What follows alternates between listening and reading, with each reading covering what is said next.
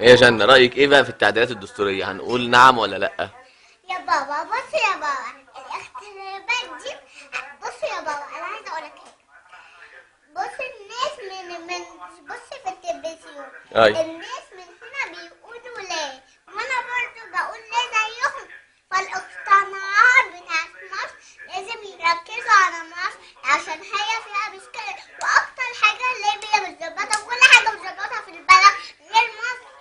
مصر فيها حراميين وفيها مظاهرين كتير، حاجات كتير كده. يعني مهمة. طب انت رأيك دلوقتي يعني في الآخر هتقولي نعم ولا هتقولي لأ للتعديلات الدستورية؟ أقول التعديلات الدستورية طبعا ليه؟ فأنت بتقول لماما وبابا إن هم نعم، بس ما ينفعش نعم. هو ليه؟ عشان هم في الناس اللي شايف في التلفزيون. أنا قلت لك 100 مرة. الناس بيقولوا إن ليه؟ طب بالنسبة للانتخابات الرئاسية رأيك فيها ايه يا جنة؟ ليه يا بابا؟ لا، الانتخابات الرئاسية بقى عايزة مين يبقى رئيس الجمهورية؟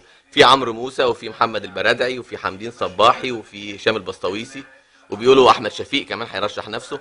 انت ايه رأيك في المواضيع دي؟ بابي بص، احمد شفيق ده كل شويه يقلد كل حد. طب ايه رأيك، يعني عايزة ترشحي مين؟ انا مالي. انا مش عارفه اي حاجه من الحاجات دي، بس الاخبار بتاعت استراليا ما ينفعش الناس يتكلموا كده وهم بيحددوا كده. صح. يبقى انت رأيك في التعديلات الدستورية لا، وبالنسبة للانتخابات الرئاسية لم تحددي موقفك بعد. اشكرك سيدة جنة.